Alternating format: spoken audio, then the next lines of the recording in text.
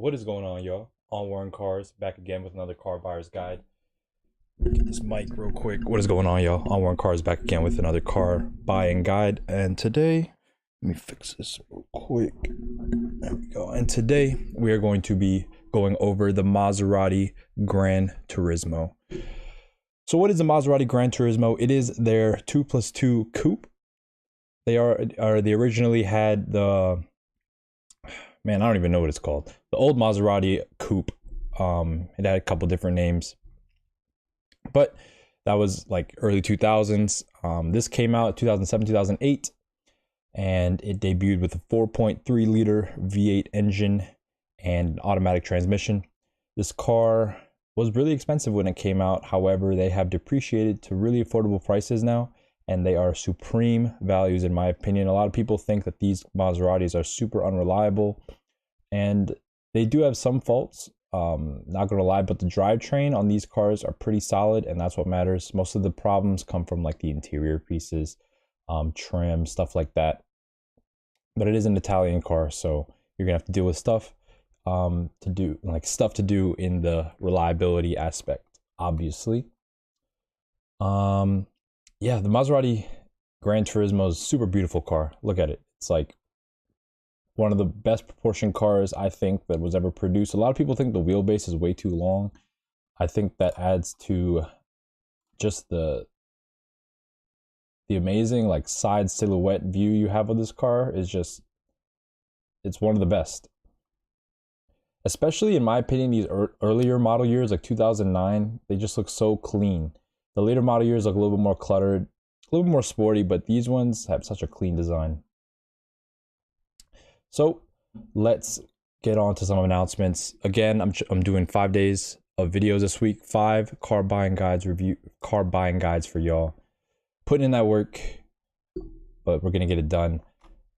Go follow all my socials. Links are in the description, and don't forget to like, comment, and subscribe on this video. Let me know what you want to see next. I'm gonna be doing a whole bunch of cars this week having to do with basically the theme of what I've been doing so far is rare engines and drivetrains that I think are going to go up in the future. This is definitely one of them. If not, it's just going to hold its value super well, because in my opinion, these cars have bottomed out. So going to the features, options, and problems. Let me bring that up. Features, options, and problems. And then let me get a picture for y'all. Let's get this one.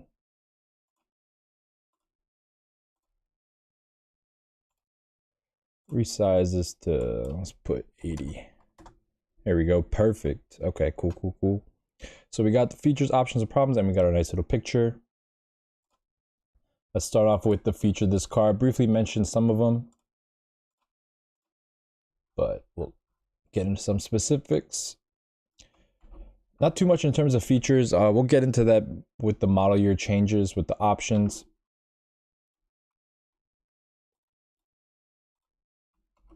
But in terms of features, we're going to be focusing on 2007, so 2007, 2008 to 2017 models. After that, they had a pretty severe facelift, and in my opinion, that's kind of where this era of GranTurismo ended in 2017.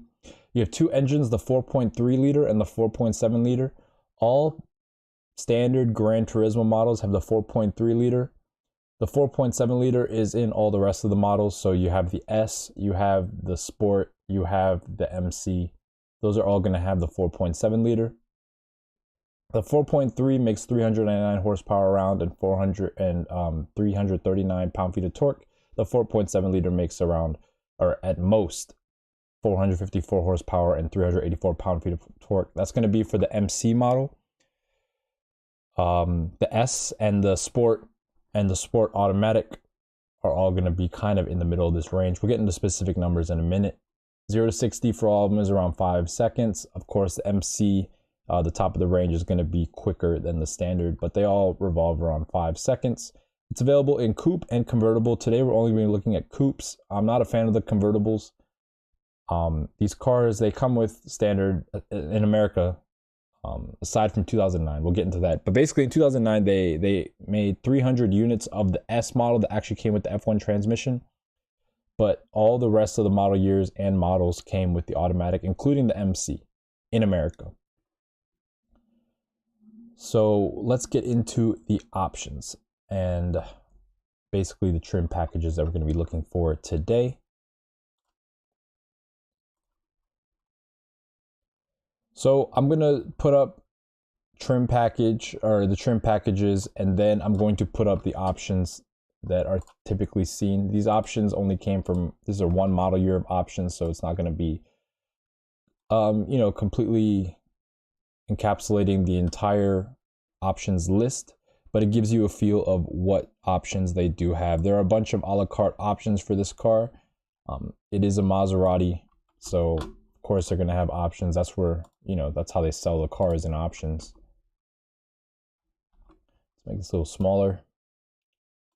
Make it 11.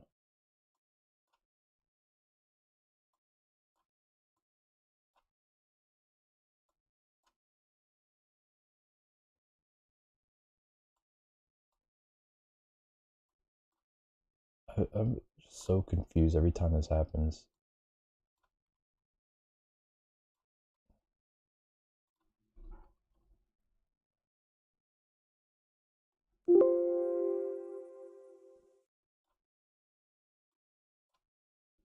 Let's make this a little smaller, and we can fit everything in here.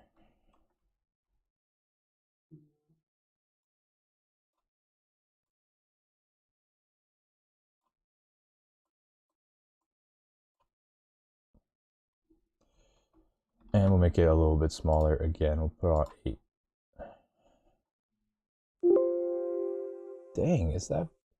Come on, man. All right, we're not gonna get into obviously all of this, but I'm just gonna at least make it fit on the page. Here we go. I doubt you can even read that, but let's let's go through some of them.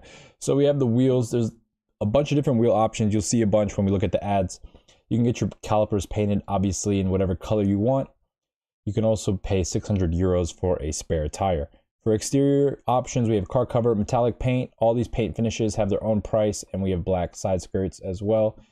And you also have a matte black headlight as a no-cost option. You definitely want to get the Bose audio system.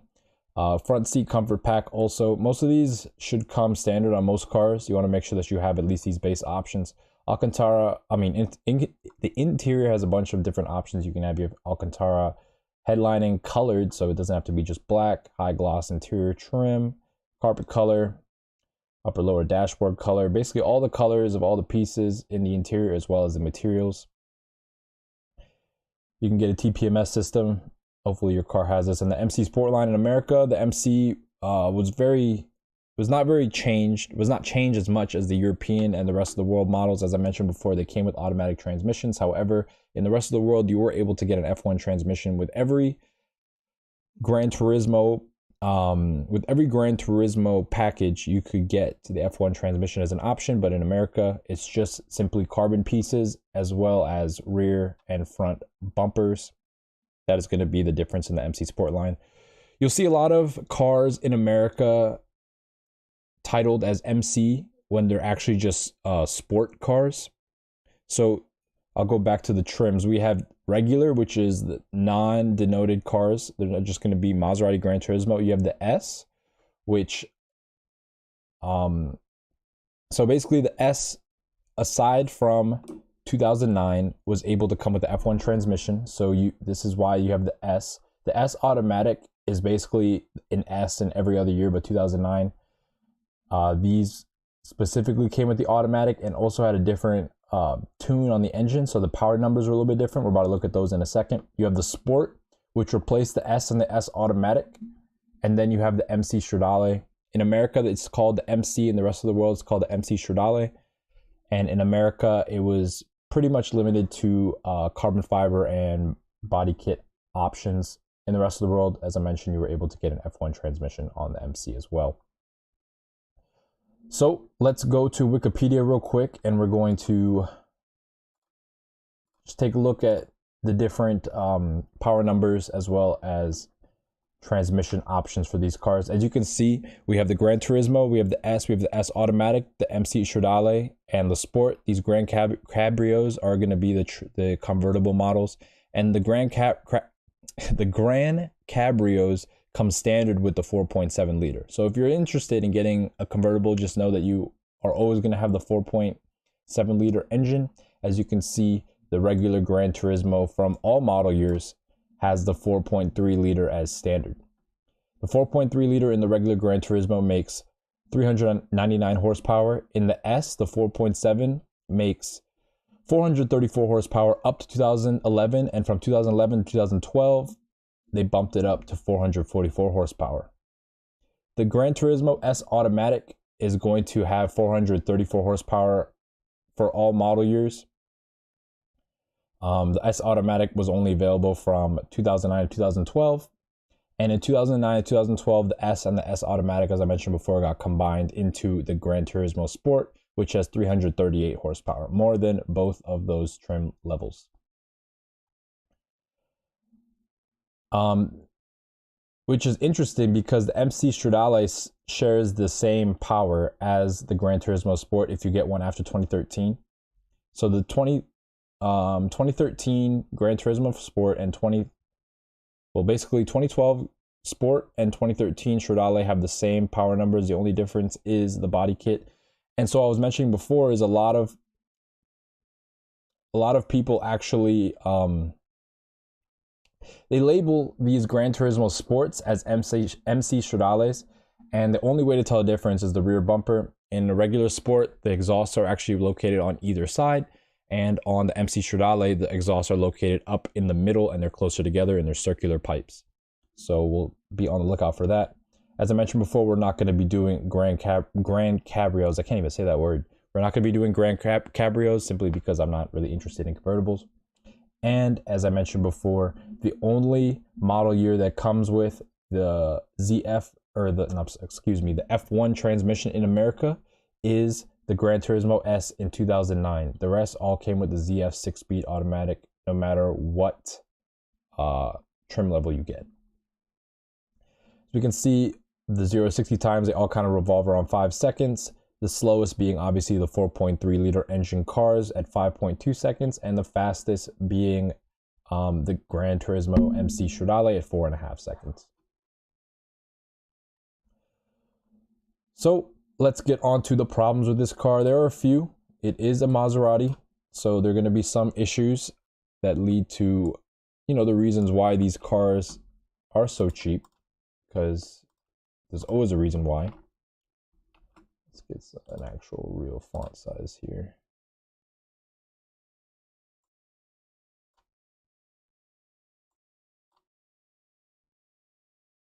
All right, cool. That's really all we have. Let me zoom out. So we have coolant hose failure. You really don't want your coolant hose to have any sort of cracks or anything. It's just going to lead to a failure later. Either it's going to leak, or you're going to have a whole catastrophic failure where the hose just breaks off where it's mounted and your coolant will go everywhere. For the 2009 model specifically, we have F1 clutch actuator leaks. That's a big problem with the F1 clutch, the F1 transmission in general. It just requires a lot more maintenance than the automatic transmission, and the clutch lifespan is a lot shorter than a torque converter, obviously. You have dash shrinkage. We mentioned this with the Aston Martin the other day. Dash shrinkage occurs on most of these early 2000 to mid 2010 cars in general. It was just a technology back then. The leather wasn't able to hold the test of time. Hopefully they fix that kind of stuff today, and in 10 years we won't see leather issues. But that was a problem with this car. So you want to make sure that, especially on the earlier model years, 2008, 2009, 2010, that the leather is in good condition. And if not, you price it accordingly. We also have sticky buttons. This is, an Italian, basically a Ferrari problem. All the buttons on the interior, not even a Ferrari problem, honestly. VW has this problem as well. But all the buttons on the interior become tacky after a while. It's just the material that they use. It's like a grippy material on the buttons themselves. It degrades over time and becomes sticky. So a lot of these cars, if they have the sticky button problem, they usually just get new buttons. You can get new pieces that, just buttons that are made out of plastic and don't have the grippy material that becomes sticky. You have cam variator issues on the early cars. So basically the oil starvation issue occurred where the oil wasn't able to make it to the top of the valves. And therefore, when you start up the car, initially you have some timing chain and valve train sounds. You also have headliner sag on earlier model cars. Basically the headliner, as I mentioned before, it just separates from the glue and it sags. You have to get your headliner redone. You can't really re-glue it. Another thing with these GranTurismos is random electrical problems, is problems with the gauge cluster, problems with the head unit, problems with just the infotainment in general. You have problems where low battery issues can cause a whole bunch of electrical gremlins. You want to make sure the voltage is right. Another problem that specifically happens with these cars is the seized dipstick tube. Basically, the dipstick gets seized in the tube itself, and you have to basically cut it off and install a new dipstick. Pretty inconvenient when you're trying to check your oil levels. And then you have cam cover gasket leaks. Pretty standard stuff on cars of this age. You want to make sure that you get your valve cover, your cam cover gaskets looked at and make sure they've been done, especially with cars that are reaching 15, 20 years old.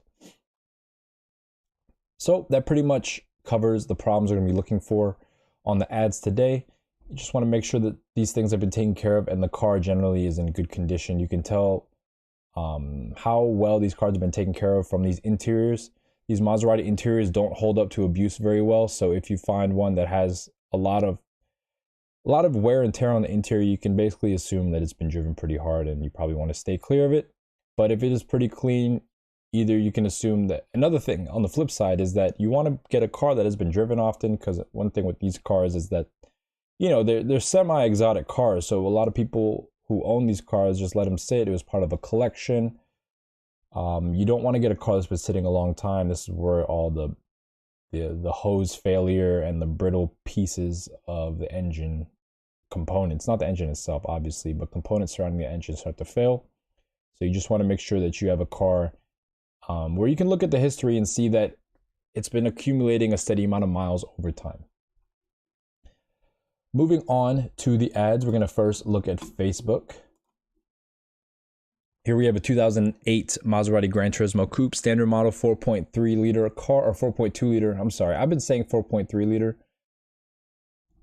It's really a 4.2 liter, 4.2, 4.3. The Aston is a 4.3 technically, because this is actually a 4.244. So really it is a 4.2 liter. Apologies for that on my part. So 4.2 liter car, we have a black on brown interior. As you can see, the interior does look slightly worn, but it's not too bad. One thing that people really like about these cars is they're actually 2+2 cars. As you can see, there is a ton of room in the back seat.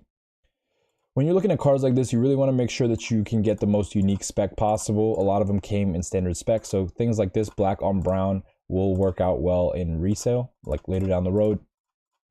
This car is not asking for much. 18.5, not really sure on the title status. It doesn't say anything about it, and it's pretty cheap, so I don't know if it's really a clean title car. But it says mint condition, drives like a dream, sounds really nice with the 4.2. Clean interior, one owner vehicle, which is really good. Always one owner vehicles are going to be better because the vehicle history will be much more clear. You won't have any gaps or anything. And you can ask all the questions you want. 18.5 is a pretty good price for this car, not going to lie. Anything in the teens for a Maserati GranTurismo is going to be pretty good in this day and age. But for the sake of this, I'll offer you 15.5. That's where I'll start. I'm willing to go up on that price, honestly. This car looks pretty nice, and that is all dependent on if it has a clean title. If not, then we'll definitely have to rethink that price. But for 2008 with only 36,000 miles, yeah, 15.5, 16, I'd be willing all day. That's a great price for this car. Ton of car for the money. Here we have a 2013. So this is going to be a sport. This came after the S and the S automatic. So this is technically what an S is. You can see the exhaust, the quad exhaust. Black car. Has these Trident wheels. I kind of like these Trident wheels. Brown interior as well. Very clean example. 2013, as I mentioned before, so you're going to have an updated car. You're not going to have the original interior as far as infotainment and, you know, the original materials. You have some updated materials here. Looks very nice. They want 25.8 for this car at 62,000 miles. Nothing to say about the title. So we're gonna assume that it's a clean title. I know this is pretty close in terms of price. I'd be willing to pay up to 23 for this car, honestly. This car, very clean, later model year. It's a sport model, it's not an S, so it has the full power of the MC. It just doesn't have the body kit. So yeah, 23 would be great for something like this, in my opinion. Here we have a 2010 S Coupe, but in a really cool spec, 36,000 miles. They want 31 grand, but it is a white on red spec. If you're gonna get any car in terms of resale, white and red is gonna be the best spec you can possibly get. As you can see, this is the pre-sport version, but it is an S, so it doesn't have the quad exhaust, but it is, as I mentioned, white on red, super desirable spec, which is why the price is so high. 36,000 miles for a 2010. In my opinion, I would pay up to 24 for this car, 25, simply because it's not a sport model. And the miles aren't too low, but 25 is what I pay for this car because it is a really, really nice spec. What does it say? Clean title. Oh man, it has a dealership ad, so not really much information, but you're definitely gonna have to get that service history. Want to make sure that all the big things have been taken care of, and you should be good to go with something like this. Here we have another black car, but the interior color is red. Fire spec, black on red with the carbon fiber pieces. Highly desirable car. This is an actual GranTurismo MC, as you can tell by the rear bumper. This is what an MC bumper looks like. And this is what the MC front bumper looks like. As you can see, these curved inlets. But this is a 2012. So let's see, actually. The MC. Yeah, so this is actually the earlier version of the MC, so not the most powerful. The most powerful came out in 2013, but it is a really nice spec. Carbon everywhere, red interior, black car, MC. The MCs are always going to go for a premium. These are the cars that people really want, and they're hard to come by. A lot of people, as I mentioned before, mention that a lot of people say that their car is an MC when it's in fact not an MC. This is a true MC. So I'd be willing to pay up to 34 for this car simply because it is not the fully updated MC. It is the last, technically a pre-facelift MC. So 34, 35 would be a good price for me. You know, this is not too far off. And then finally, we have a 2017, the final model year of what we're looking at today. This is a sport, so the 4.7 liter, but it is a really nice color, a yellow. This one stands out. I'm a little confused. I believe that the sport had these quad exhaust tips. Not sure if they changed it back for the 2017 model year. We'll find out in a minute. But it does say it's a sport, but I don't really see, it looks different than a sport. It looks like a standard model. Let's see if they show the engine. It has the Bose system. No, they don't show the engine, so you don't really know what car it is. I'm going to assume it's a sport. That's just what it says. As I mentioned, the exhaust looks a little bit different. This one, they want almost 50 grand for it, 35,000 miles. I don't think this is worth 50 grand. I'd say because it is a 2017, I'd be willing to pay up to 39 for it. And it doesn't have original wheels either, 38. 38 grand for this one. Moving on to Auto Trader. We have a black on brown example. 18 grand they want for this car. Yeah, you see this exhaust? I don't know if it was an option, but this one also has quad exhaust. So I have to clarify that. But other than that, this is a pretty standard car. 2008 early model year. 62,000 miles, high amount of miles, but they only want 17.9 for this car. I believe all these are clean titles. So 17.9, you know, isn't far off at all. I'd start off at 15 and see where they go from there. Not a bad car here. Really good entry into the GranTurismo platform. Clean model. A little bit of wear on the seats, but again, not too bad. Here we have a black on black, or black on, yeah, black on black model, triple black wheels as well. Quad tips with the red piping. That's always going to be desirable. The red piping is always a cool option. Does this have carbon fiber as well? Or is it black? I think it's just piano black. Yeah, just piano black. Not a carbon fiber interior, but it does have the red piping, which is pretty cool. Has the Bose system as well. Not bad, in my opinion. 24. It is 2010, so it's going to be a...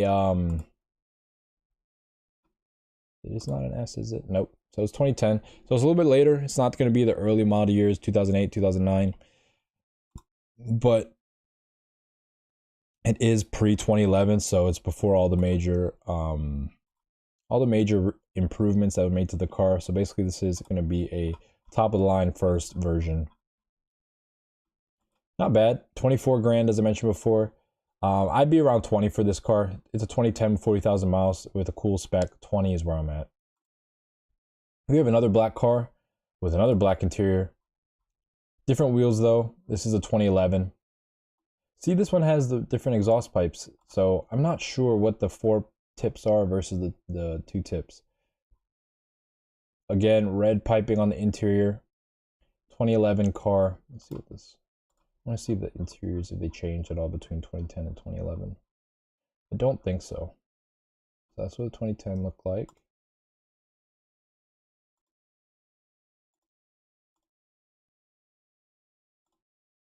Yeah, they look pretty similar. So the interiors pretty much stay the same. Yeah. Interiors pretty much stay the same. These are almost pretty much the same exact car. Oh man, just exit out of that, whatever. Pretty much the same exact car. 29 though. Not sure why the price is a little bit higher, maybe just because of the year. I'll be willing to pay up to 22 for this. 22, 25, or 22, 23 is pretty good for this. 2011, so it's a little bit later than the other example. Here we have a nice color. I like this blue.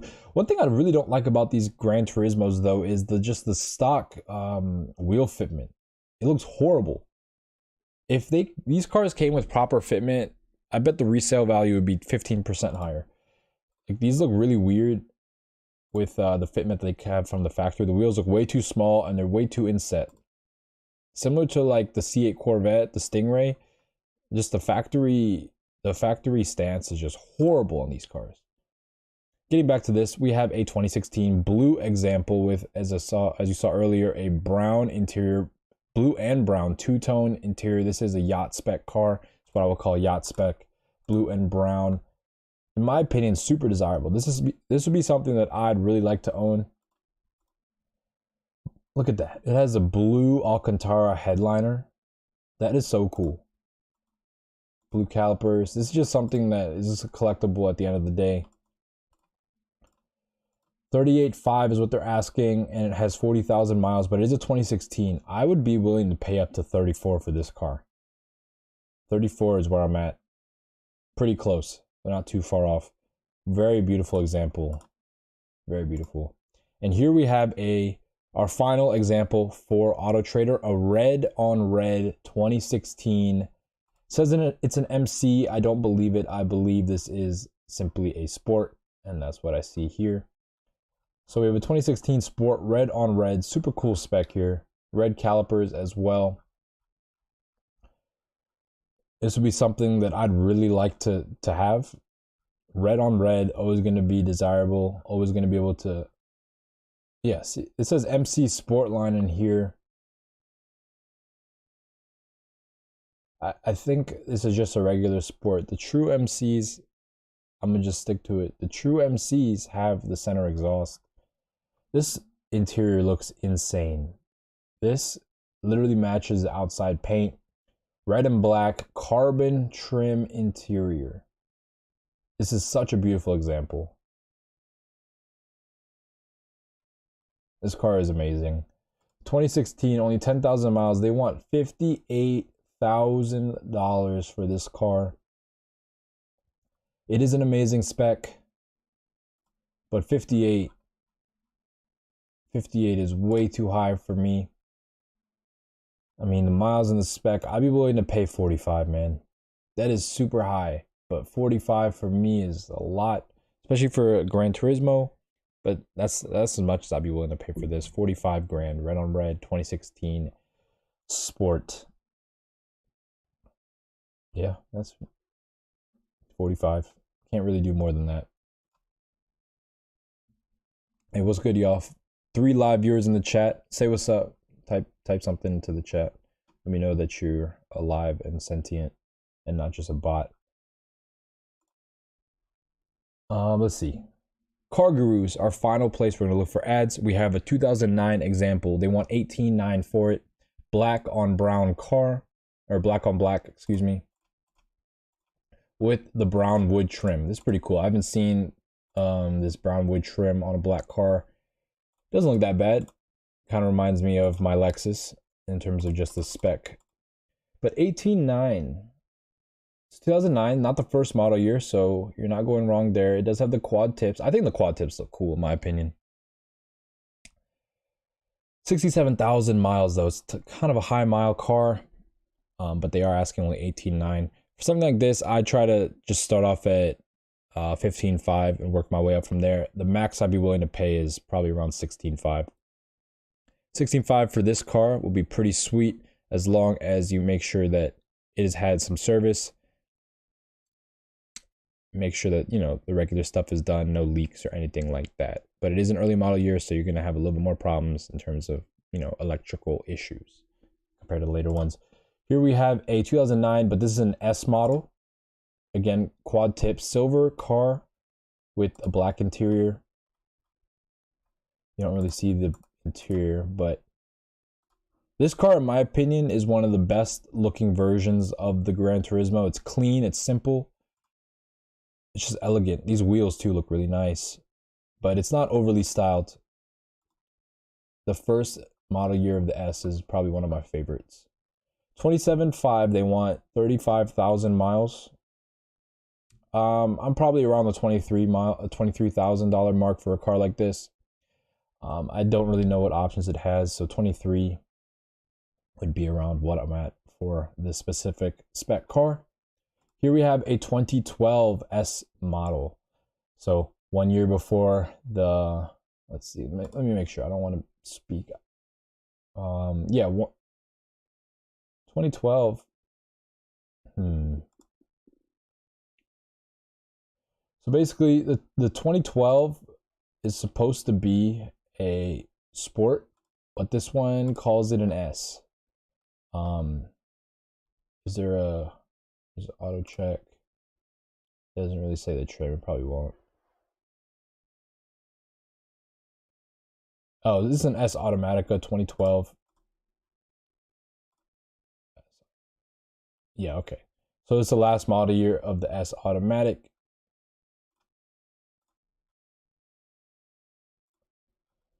As I mentioned before, you can see this one has a side skirts option. Makes it look a little bit more sporty. The front bumper is a little bit different. This total package looks kind of cool, not gonna lie. Has the carbon fiber wheel. Wow, that's pretty cool. I've actually never seen, I don't know if I've seen this, the carbon fiber wheel. I don't know if I wasn't paying attention and they've been in previous cars, but this carbon fiber wheel looks super cool. Yep, carbon fiber, Bose. It's a pretty nice car in my opinion. It has some pretty cool options. 28.9 though, 28,000 miles for 2012. I'd be around 24 for this car, honestly. 24, 25, not too far off. This car is pretty well spec'd in my opinion. I think it looks pretty nice. But yeah, you can see the difference in the front bumper. It looks just slightly more aggressive, but pretty similar spec to that car. Here we have a 2013 Sport in a gray car with red calipers, I believe a black interior. Yep, with the carbon. Let's see if it has a carbon wheel. It does have a carbon wheel, but it's not the same wheel as the other one. The other one looks a little bit better in my opinion. It looks more clean. This one looks a little bulky. But pretty standard interior, just a black and carbon.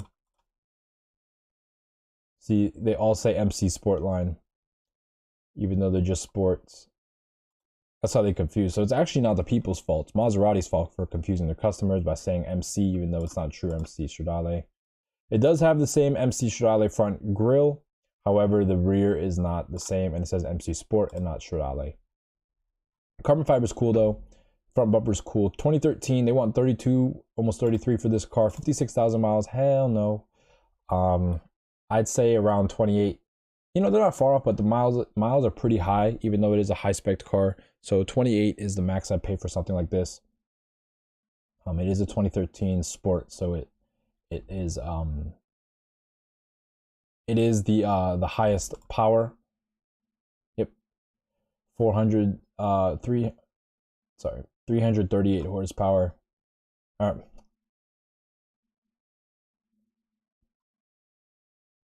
454 horsepower. Wow, I really apologize. I butchered this completely earlier. I was reading 300. No, I think I read it right. 454 horsepower. Ignore what I said. 454 horsepower this car has. Top of the, basically the most powerful version of the car in one of the earliest model years. So I do believe that it has something going for it there. 28 grand is where I was at. 2017 Maserati GranTurismo Sport. This is going to be one of the cleaner examples you see. Really like this black on black color. This black is really nice. It's like kind of like an obsidian black. It's not, has like a metallic flake to it. Really like this car a lot. This one has the new style wheel that goes all the way around. Seats also look very nice. They look okay. You have some wear on the bolster right here, but you have a black on black with carbon trim car. Let me see this wheel real quick, because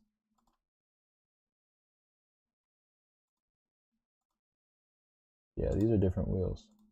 I definitely like this wheel a lot. This carbon fiber looks beautiful. I believe that's the same wheel we have here. It's just the flash from the camera makes it look a little bit. Nope, it is a black wheel. The other one was carbon fiber. They're asking a lot for this car. Come on. 63,000 miles, but only, or $63,000, but only 8,000 miles. I don't even know what the price is at. In my opinion, I'd be around 50 to be honest, but I don't think I get a car with this low miles. But if you are into one, there are examples out there for you to get. This is one of them. I don't know if you're gonna pay 64,000, but this is one of the cleanest ones I've seen so far, just in terms of paint quality and interior. It does have a lot of wear on the seat though for 8,000 miles. This is pretty bad. The guy must have been obese or something. Or he was using the bolster to get out. You know, a lot of people like to push on the bolster to lift themselves out of the seat. That's probably what happened. But other than that, clean example. As I mentioned before, these cars are going to go down in history as one of the most beautiful cars ever produced by Maserati, and one of the most beautiful cars produced in general of all time. The proportions are super unique to this car. Super long wheelbase, meaning that it's actually a true 2+2. You can fit 4 adults in this car for long road trips. Mostly 99% of the cars really come with automatic transmissions, including the MC. The only ones in America that came with the F1 are going to be 2009 models, and there are only 300 examples in existence, so you're probably not going to run across one. The F1 transmission cars are also not the best cars to get because they require a little bit more maintenance, and the clutches do wear pretty fast when compared to, you know, just regular maintenance and wear time on a torque converter transmission. If you're going to get a 2008, 2009, 2010, make sure you get a really nice spec. You want to get a nice example of one of those unless you're really just trying to get the bottom of the barrel. But also remember that there are a ton of problems with these cars.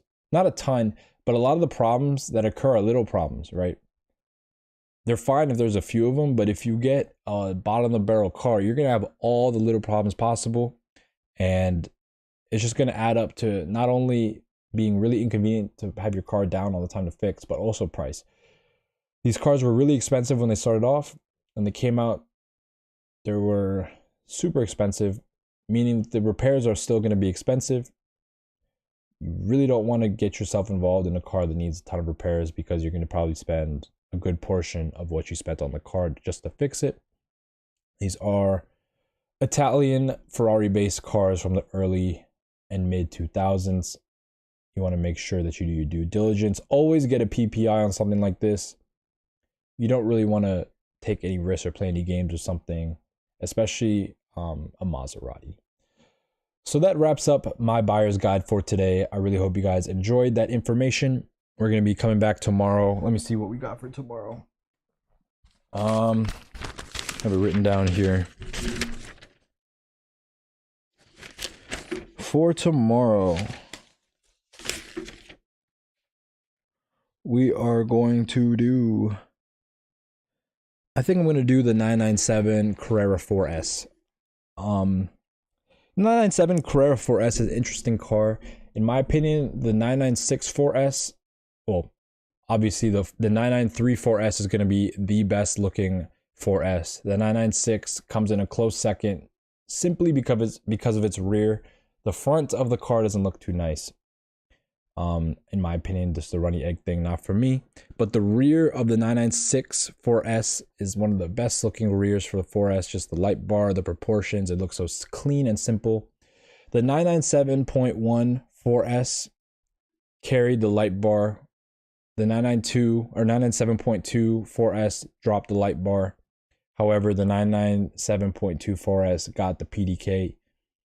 So it's a lot to talk about with the 4S, but we're going to do the 997, both 0.1 and 0.2. I believe those are going to be very valuable in the future. So yeah, tomorrow, 997, Carrera 4S. Hope to see you there. If you have any questions or comments, leave them down below in the comment section. Go look through my description to see all my other videos as well as my socials. Go follow them. Go support everything that I'm doing. That pretty much wraps it up for today, y'all. Again, Maserati GranTurismo, one of my favorite cars. Definitely looking into one of these for myself as the prices start to drop and we start to learn more about which models are more desirable than others. But I will see you guys tomorrow. Again, take it easy, have a good one, and be safe. We'll be back with more on-road cars tomorrow. 10 a.m. 10 a.m. See you then.